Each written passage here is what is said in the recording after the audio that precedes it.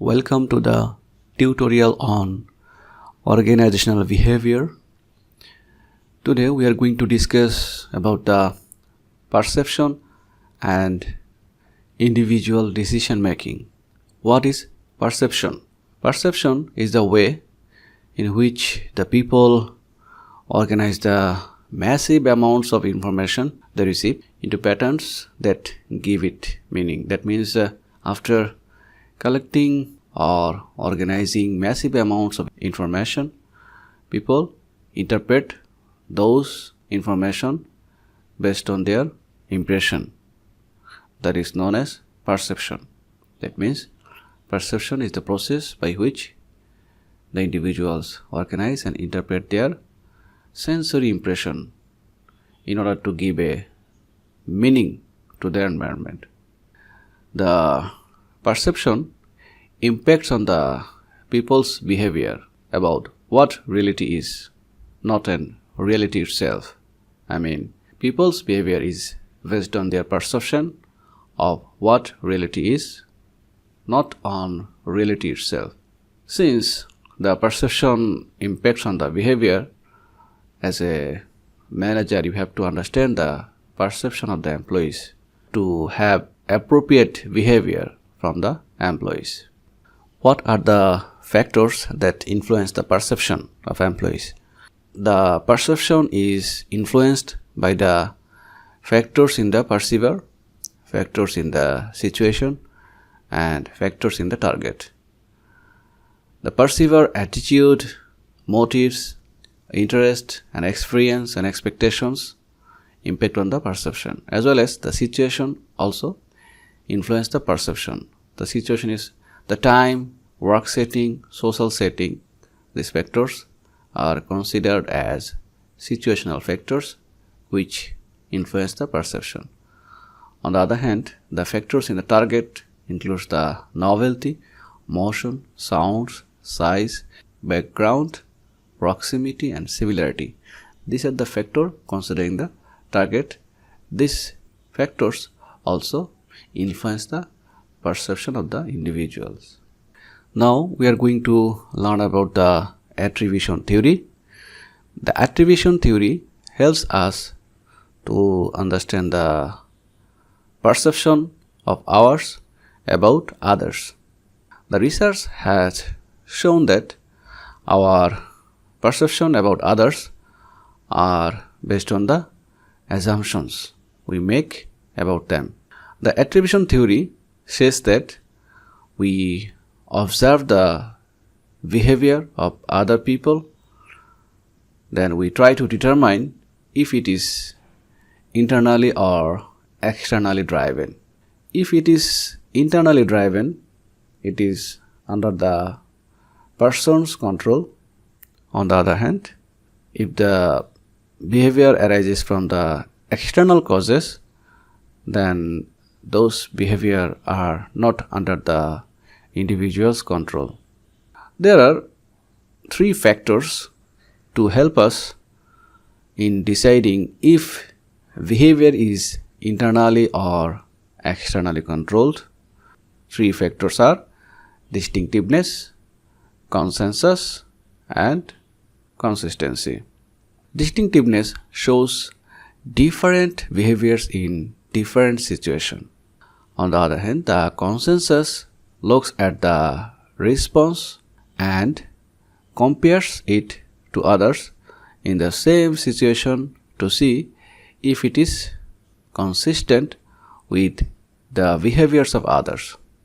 And the consistency looks to see if the response is the same over time.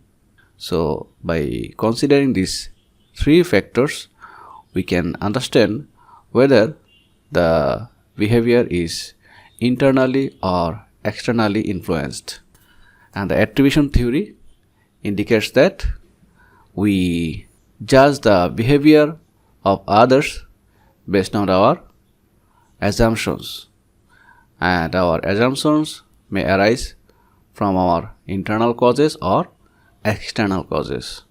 The internal causes can be controlled by the individual, but the external causes cannot be controlled by the individual. And the internal or external cause depends on the distinctiveness, consensus, and consistency. As already said, that the attribution theory helps us to understand the perception of others, and the attribution theory shows that the individual behavior depends on the distinctiveness, consensus, and consistency. Whenever there is high distinctiveness, there is externally controlled behavior, and that external controlled behavior cannot be controlled. On the other hand, if there is a low distinctiveness, it indicates that there is internally controlled behavior, and that behavior can be controlled. In the same way, we can interpret that if the consensus is high, then it can be assumed that the behavior is from external sources, and that externally driven causes cannot be controlled.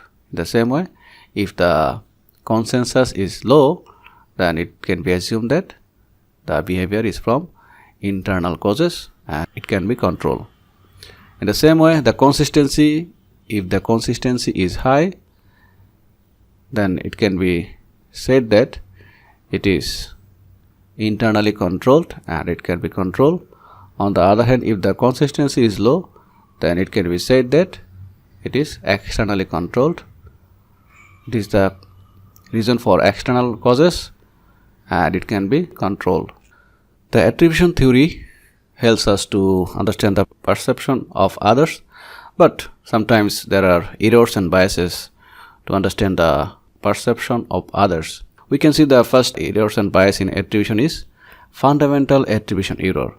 In the fundamental attribution error, we have a tendency to underestimate the influence of external factors, and sometimes we overestimate the influence of internal factors when making judgment about the behavior of others.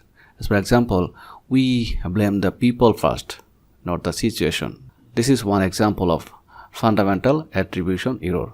That means we make the errors whenever we underestimate the external factors and overestimate the internal factors. This is the errors in attributions. That means errors in judging the perception of others. There is bias in attributions. We can see there is a tendency for individuals to attribute their own success to internal factors, and while putting the blame for failures on external factors. That means whenever you get the success, you think that the success is from your own internal factors, and whenever you fail, you think that the failure is the reason from external factors. That is called self-serving bias. That means whenever we get success, we say that it is our success, and whenever we fail, we say that it is their failure. So that type of situation is known as self-serving bias, and these are the errors and bias in attributions. That means we make errors or bias in making judgment about the perception of others. Whenever we apply judgment for understanding the perception of others, we use some shortcut. The frequently used shortcuts in judging others are selective perception, halo effect, and contrast effects. People will often utilize the past experience and their attitudes and their interest to interpret the information about others and reinforce their own biases. Relying on these shortcuts can lead to misperceiving the situation. That means if we apply the past experience and our own attitudes and our own interest to understand the perception of others, that can be a misperceiving about the situation. Sometimes we use the halo effect, that is one kind of shortcut way to judge the perception of others, we draw a general impression about an individual on the basis of single characteristic. The halo effect is another common shortcut where generally favorable impressions are drawn about an individual when single characteristic is positive. On the other hand, we draw a unfavorable impression based on the single negative characteristics. That is also known as horn effect. That means whenever we consider only one positive or single negative characteristics to judge the perception as positive or negative, that type of issue is known as halo effect, that is a shortcut to judge the perception of others. We can see another shortcut in judging the perception of others is contrast effect. In contrast effect, we make judgment about an individual and compare them to other individuals we have recently encountered, and using the comparison between these two people to draw a conclusion. That means we try to evaluate the person characteristics that are affected by the comparison with other people recently encountered who rank higher or lower on the same characteristics. That means we apply the comparison of two people to understand the behavior of one individual. We can see another shortcut to understand the perception of others, that is called stereotyping. This stereotyping is a typical shortcut we utilize in the perception process. This stereotyping is one kind of generalization about an individual based on the group to which the person belongs to. This generalization can be useful in making decisions. However, it can also be inaccurate and cause us to mistakenly develop a wrong perception about an individual that is not representative of who they are.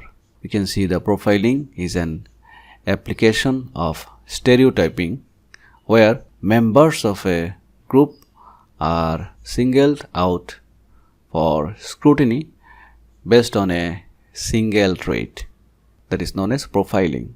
It's an example of stereotyping. In profiling, we singled out a person for scrutiny based on a single trait or characteristic.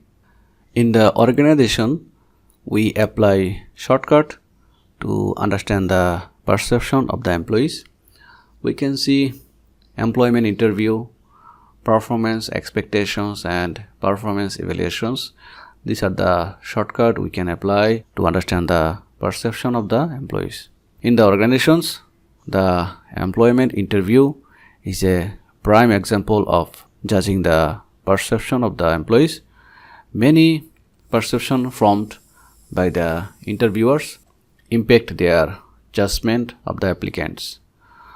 These perceptions are formed very rapidly. Some researchers even say within 1/10 of a second. That means we develop our perception during the interview very quickly. As per the researcher, the perception is developed within 1/10 of a second. But that type of shortcut for understanding the perception of employees is not sometimes accurate. Another shortcut for understanding the perception of employees in the organization is performance expectations. When we set our expectations, there is a self-fulfilling prophecy that works itself out. The higher the expectations, the better the people tend to perform, and vice versa. That means if you have a higher expectation, so there is a possibility of higher performance from the employees. And if you have a lower expectation, then that will affect the performance of the employees.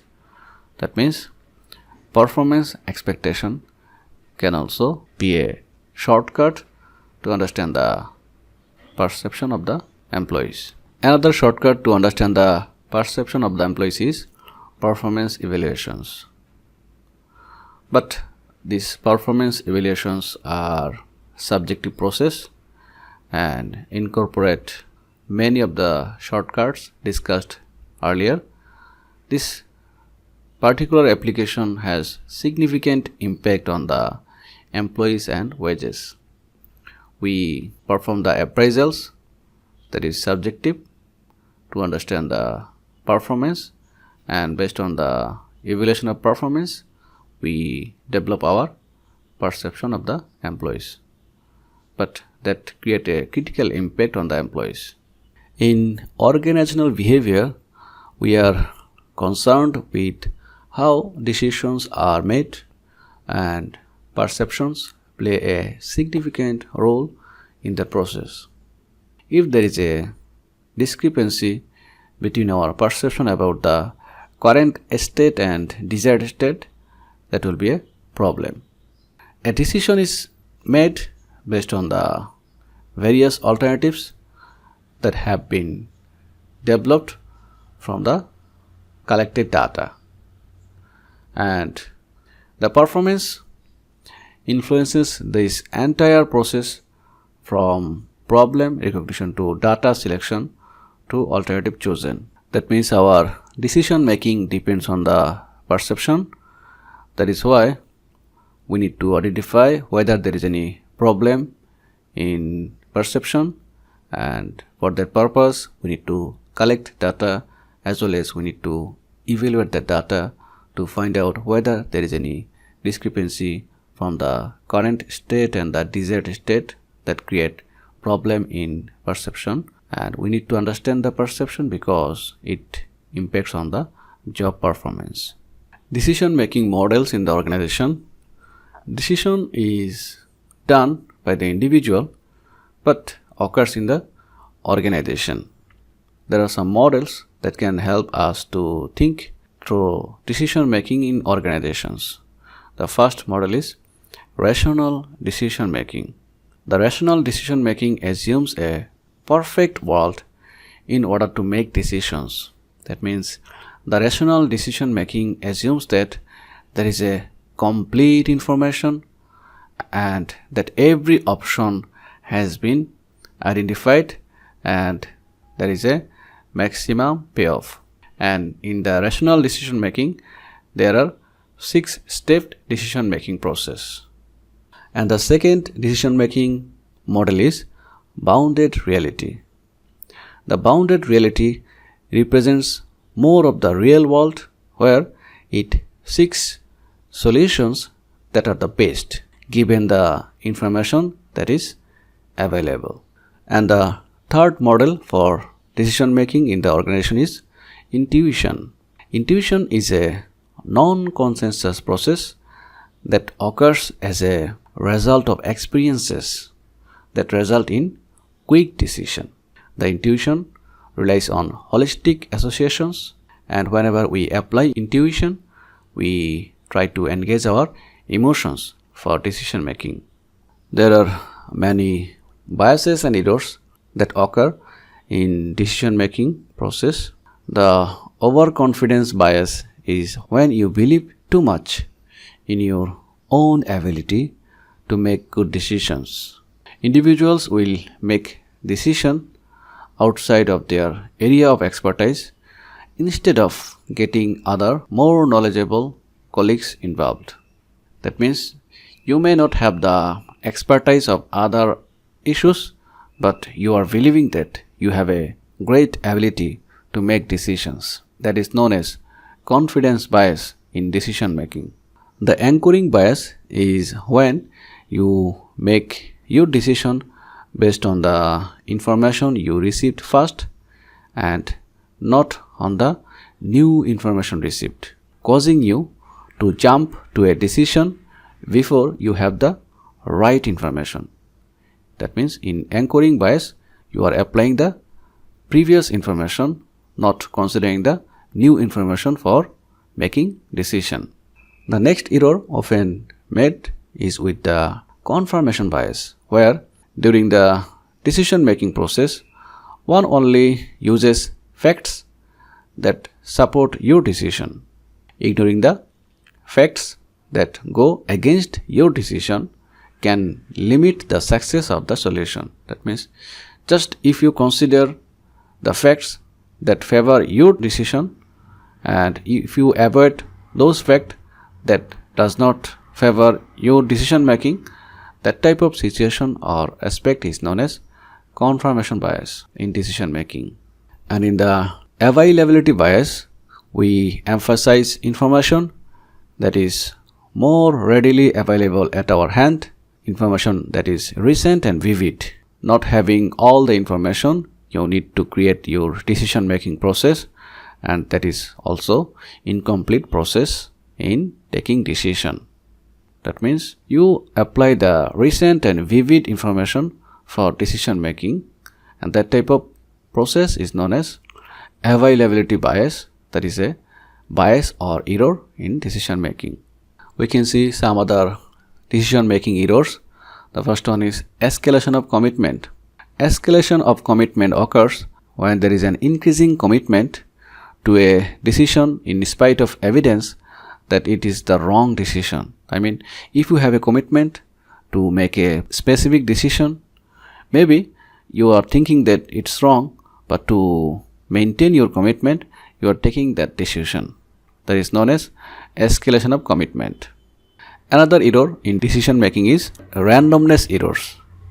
Randomness errors means you apply your superstitions on making decisions, and superstitions are developed from random events, and that type of superstitions from the random events are known as randomness error in decision making. Another decision making error is winner's curse. Winner's curse is a overestimation by the highest bidder, and whenever there are lots of people in the auction, the highest bidder apply their overestimation of the value for a specific item, and that is known as winner's curse, because the highest bidder apply their overestimation about the value of something. That is decision making error. Another error is hindsight bias. Hindsight bias occurs after an outcome is already known, and then believing it could have been accurately predicted beforehand. That means after knowing the outcome, you are thinking that the result can be predicted beforehand. That is called hindsight bias. There are individual differences in decision making. The personality, such as the characteristics that is outlined in the Big Five model, can influence the decision making, such as conscientiousness and self-esteem can impact on the decision making. If you have a conscientious personality, it may affect escalation of commitment. If you are a achievement striver, there is a possibility of increasing commitment. And if you are a dutiful people, there is a less likely to have the bias. And if you are a self-esteem person, then there is a susceptibility to self-serving bias. Gender also plays a role in decision making. Women tend to analyze decision more than men, and this can cause them to ruminate over their decisions. The reasons for this are undetermined. Some psychologists speculate that parents encourage their daughters to express their feelings more readily than sons.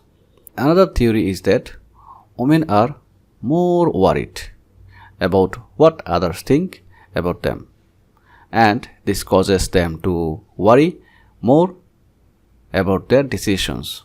On the other hand, women tend to be more empathetic, and this can also cause them to think about how their decisions impact others.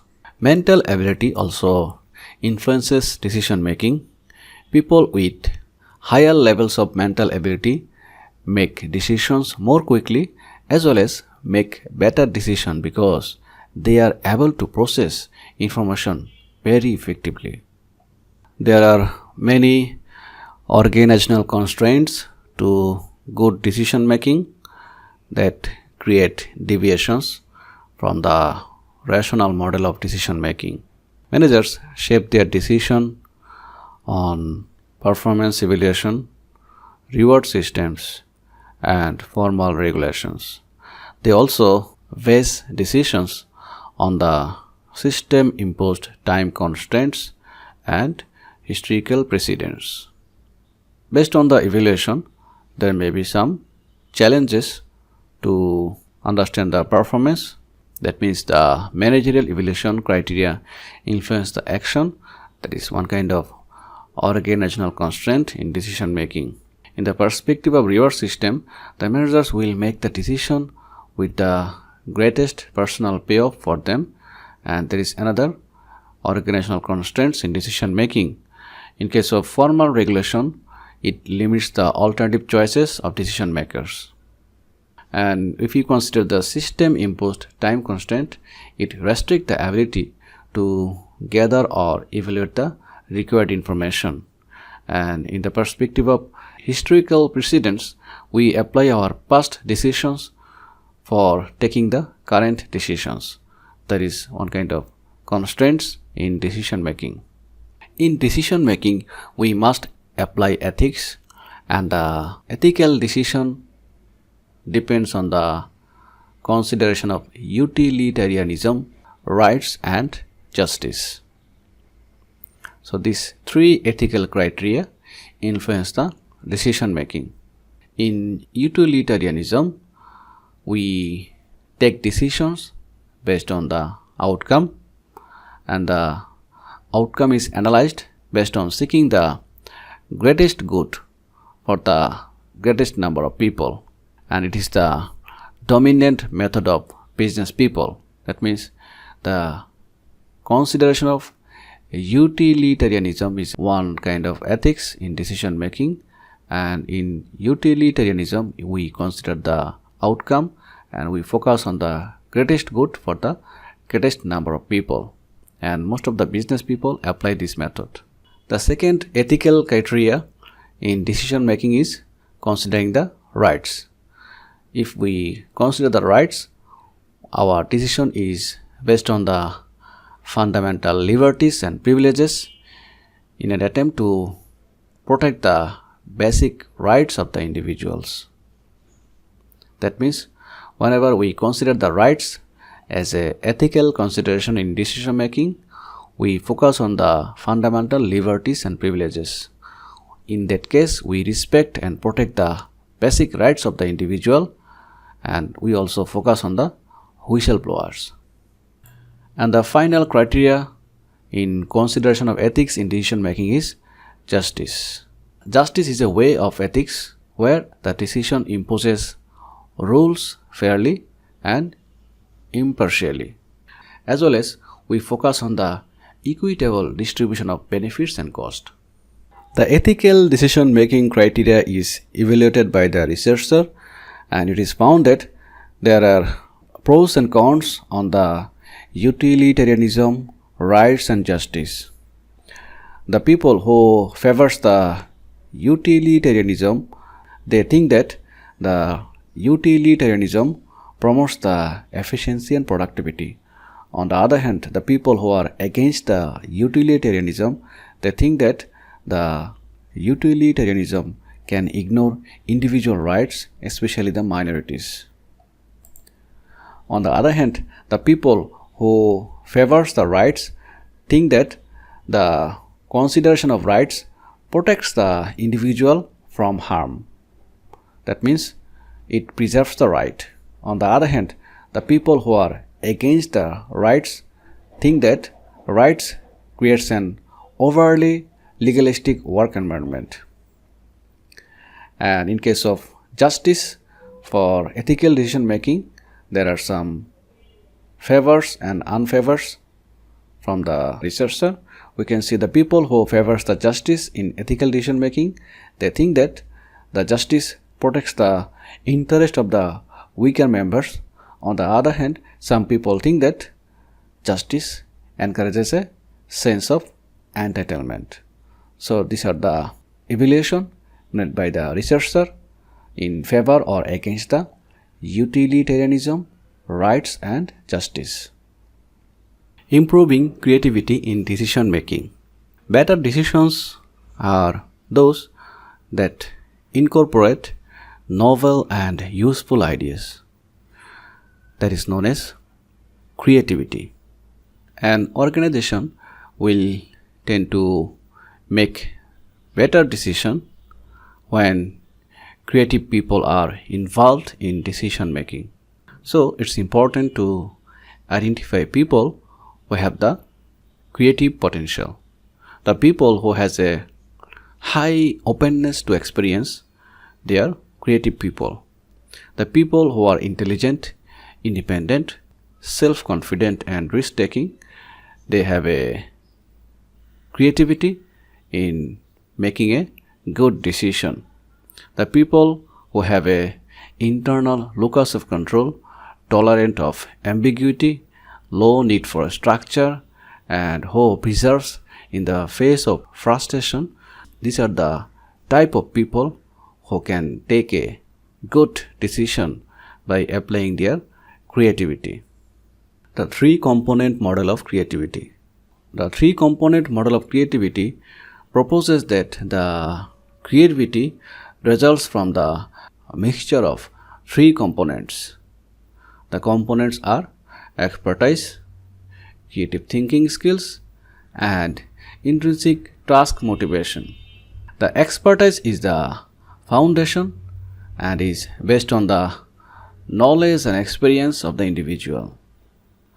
On the other hand, the creative thinking skills are the personality characteristics associated with the creativity, such as the ability to use the analogies and the talent to see the things differently. Intrinsic task motivation is the desire of the creative people to do the job because of the characteristics associated with the job. So these are the three components that represents the creativity of the decision maker. Considering the global implications, we can see that in the aspect of attribution, in the perception of others, there are cultural differences, and in case of decision making, there is an assumption of no difference. Based on the awareness of cultural differences in traits that affect the decision making, this assumption is suspect. And in considering the ethics, no global ethical standards exist, but the Asian countries tend to see the ethical issues in black and white, but as shades of grey. The global companies need global standards for managers. If we summarize about the perception play a critical role in how the people view the situation and how they act. As a manager, you must work on managing the perception, and you should incorporate them into their understanding of the workplace. Individual decision making, the people use bounded rationality or statistics. In this perspective, the manager should incorporate traditional methods such as intuition and creativity for taking better decisions. In that case, the manager should analyze the situation and adjust to culture and organizational reward criteria. And the manager should be aware about the decision-making biases, and ultimately the manager should try to minimize the decision-making biases. The final summary is, as a manager, you have to avoid the perception errors as well as you have to avoid the decision-making errors, and to ensure good perception and to take a good decision, you have to apply your creativity. Thank you.